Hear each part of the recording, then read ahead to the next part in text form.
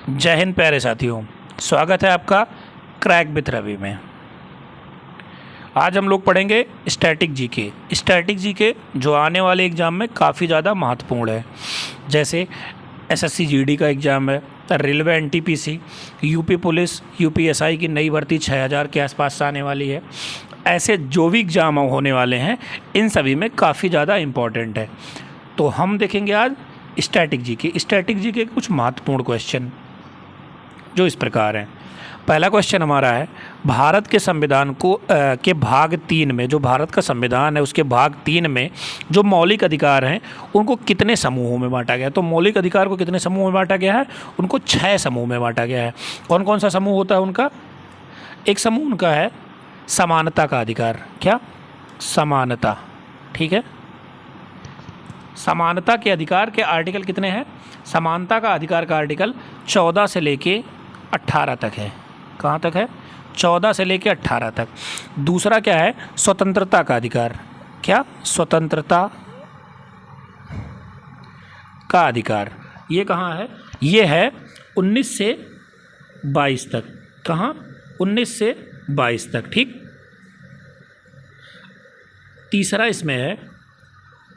तीसरा है शोषण के विरुद्ध अधिकार। क्या? शोषण के विरुद्ध अधिकार। तो शोषण के विरुद्ध कहाँ है? 23 और 24 में। ठीक। अगला है इसमें धार्मिक स्वतंत्रता। कहाँ? धार्मिक स्वतंत्रता। ये किसमें है? 25 से लेके 28 तक। ठीक है। अगला क्वेश्चन हमारा है, इसी में अगला क्या है? सांस्कृतिक और शैक्षिक। ये किस में है? ये है 29 और 30 में। और आखिरी है इसका संवैधानिक उपचारों का अधिकार। ठीक है, 32 में। ठीक। 32 को B.R. अम्बेडकर साहब ने क्या कहा था? B.R. अम्बेडकर साहब ने इसको संविधान की आत्मा कहा है। ठीक। अगला क्वेश्चन, भारत के प्रथम पंचवर्षीय योजना का मुख्य लक्ष्य क्या था? तो भारत की प्रथम पंचवर्षीय योजना का मुख्य लक्ष्य क्या था? इसका मुख्य लक्ष्य था कृषि का विकास। ये कब चालू हुई थी? ये 1951 से लेके, ठीक है, 56 तक थी। ठीक। ये हैरोल्ड डोमर मॉडल पे थी। ठीक। अगला क्वेश्चन, निम्नलिखित में से कौन सा भारत की सबसे लंबी झील है? तो भारत की सबसे लंबी झील कौन सी है? वेम्बनाड झील। ये कहाँ है? ये केरल में है। ठीक। अगला क्वेश्चन हमारा है, भारतीय ओलंपिक संघ, इंडियन ओलंपिक एसोसिएशन, आईओए की स्थापना कब हुई थी? आईओए की स्थापना 1927 में हुई थी। कब हुई थी? 1927 में हुई थी। इसके पहले अध्यक्ष जो थे कौन थे?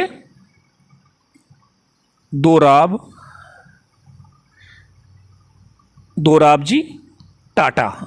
ठीक है, दोराबजी टाटा। भारत अपना पहला ओलंपिक कब खेला था? भारत अपना पहला ओलंपिक 1900 ईस्वी में खेला था। ठीक।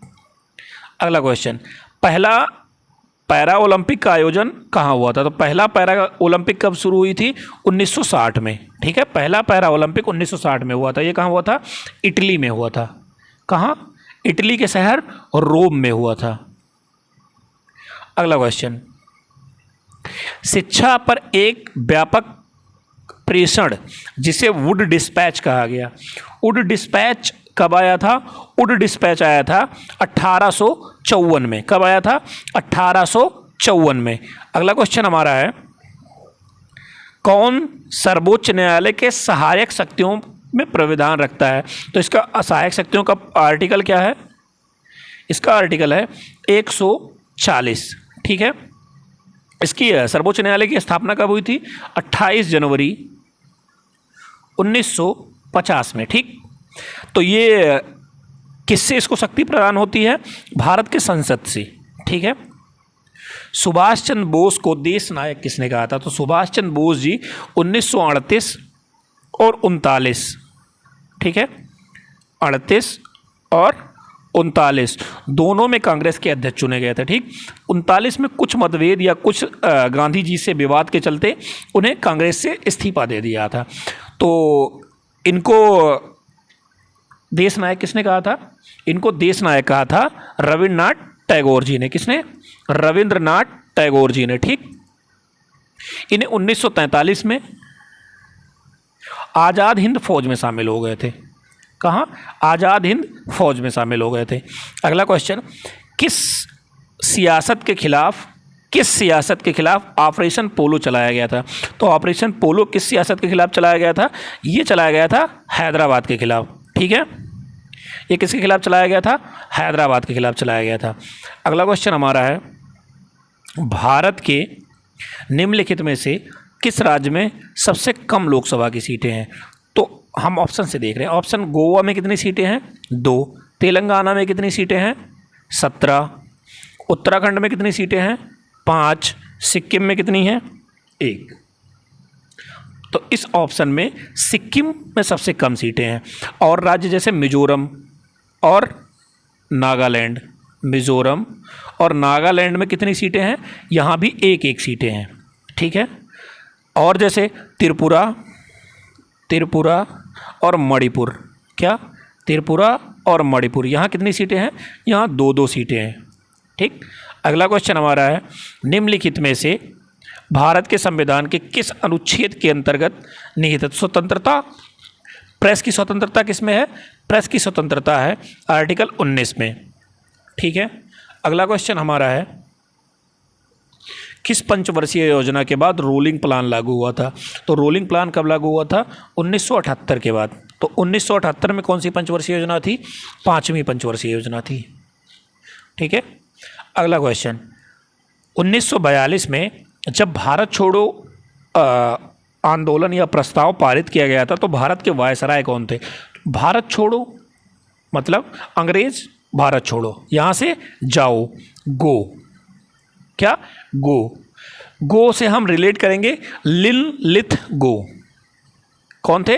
लिन-लिथ गो मतलब छोड़ो, यहाँ से जाओ, लिन-लिथ गो। अगला क्वेश्चन, बीसी राय पुरस्कार किस क्षेत्र में दिया जाता है? तो बीसी राय पुरस्कार कब शुरू किया गया था? ये शुरू किया गया था 1962 में। ठीक, ये किस क्षेत्र में दिया जाता था? ये डॉक्टर्स के क्षेत्र में दिया जाता है, यानी चिकित्सा के क्षेत्र में दिया जाता है, चिकित्सा। ठीक है,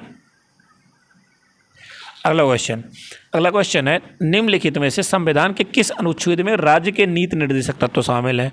तो राज्य के जो नीति निर्देशक तत्व हैं वो भाग किस में है? भाग 4 में है। ठीक है, ये कहाँ से लिए गए थे? ये आयरलैंड से लिए गए हैं। ठीक है, इनको DPSP भी कहा जाता है, DPSPS। ठीक है, ये कहाँ से कहाँ तक है? ये 36 से लेके 51 तक है। अगला क्वेश्चन, गांधी जी ने नमक सत्याग्रह कब शुरू किया था? तो गांधी जी ने नमक सत्याग्रह कब शुरू किया था?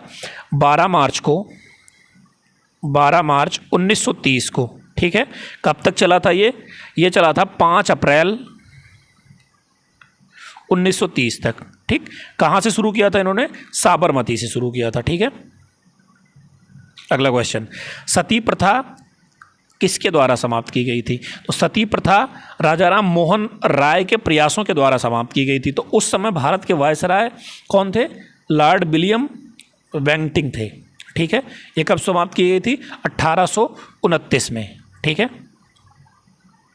अगला क्वेश्चन हमारा है, ब्रिटिश शासन के दौरान भारत के अधिकांश जनसंख्या जीविका के लिए किस क्षेत्र पर निर्भर थी? तो जो ब्रिटिश का शासन था तो वो बाकी कामों में अपने अंग्रेज़ों को लगाते थे, लेकिन भारतीयों से वो क्या करवाते थे? भारतीयों से वो कृषि करवाते थे। ठीक है, जो भारत के लोग थे उनसे वो क्या करवाते थे? कृषि करवाते थे। तो कृषि किस क्षेत्र में आता है? कृषि प्राथमिक क्षेत्र में आता है। ठीक है, अगला क्वेश्चन हमारा है, उत्तर प्रदेश भारतीय संघ के कितने राज्यों के साथ सीमा साझा करता है? अगर सिंपल ऐसे क्वेश्चन आया तो हम लोग 8 मारेंगे, अगर केंद्र शासित को भी मिला लेंगे तो 9 हो जाएगा। और उत्तर प्रदेश की एक इंटरनेशनल सीमा भी लगती है, वो किससे लगती है? वो नेपाल से लगती है। अगला क्वेश्चन हमारा है, उत्तर प्रदेश में मंदिरों के शहर के रूप में किस जिले को जाना जाता है? तो उत्तर प्रदेश में जो मंदिरों का शहर है वो बनारस को जाना जाता है। ठीक है। उत्तर प्रदेश में आईटी शहर कहाँ स्थापित है? तो आईटी शहर कहाँ है उत्तर प्रदेश का? लखनऊ को आईटी शहर भी कहा जाता है। ठीक। गोरखपुर किस नदी के तट पर स्थित है? तो जो गोरखपुर है वो राप्ती नदी के तट पर स्थित है। गोमती नदी के तट पर उत्तर प्रदेश की राजधानी लखनऊ है। गंगा के किनारे कानपुर है, प्रयाग है, बनारस भी है। ठीक। अगला क्वेश्चन हमारा है, हॉकी का जादूगर किसे कहा जाता है? हॉकी का जादूगर किसे कहा जाता है? मेजर ध्यानचंद को कहा जाता है। ठीक है, मेजर ध्यानचंद जी को कहा जाता है। ठीक। इन्हीं के नाम पे अब खेल रत्न पुरस्कार भी हो गया है। राजीव गांधी खेल रत्न पुरस्कार का नाम बदल के क्या कर दिया गया है? मेजर ध्यानचंद खेल पुरस्कार। ठीक। अगला क्वेश्चन, कुतुब मीनार की ऊंचाई कितनी है? तो कुतुब मीनार की ऊंचाई कितनी है? कुतुब मीनार की ऊंचाई 73 मीटर है। कितनी है? 73 मीटर। ठीक। अगला क्वेश्चन हमारा है, क्रिकेट का भगवान किसे कहा जाता है? क्रिकेट का भगवान, ये इस वीडियो का आखिरी क्वेश्चन है। इसका जवाब आप लोग कमेंट बॉक्स में दीजिए। जिसका आंसर सही हुआ या जिसने सबसे पहले कमेंट किया उसका नाम मैं अगली वीडियो में ज़रूर लूँगा। अगर आपको हमारा कंटेंट, हमारा वीडियो, हमारी कोशिश अच्छी लग रही है तो आप हमें सहयोग करें, हमारे चैनल को सब्सक्राइब करें, शेयर करें, लाइक करें। आज के वीडियो के लाइक का टारगेट 15 लाइक। ठीक है, आज के वीडियो के लाइक का टारगेट 15+ लाइक है। धन्यवाद आपका।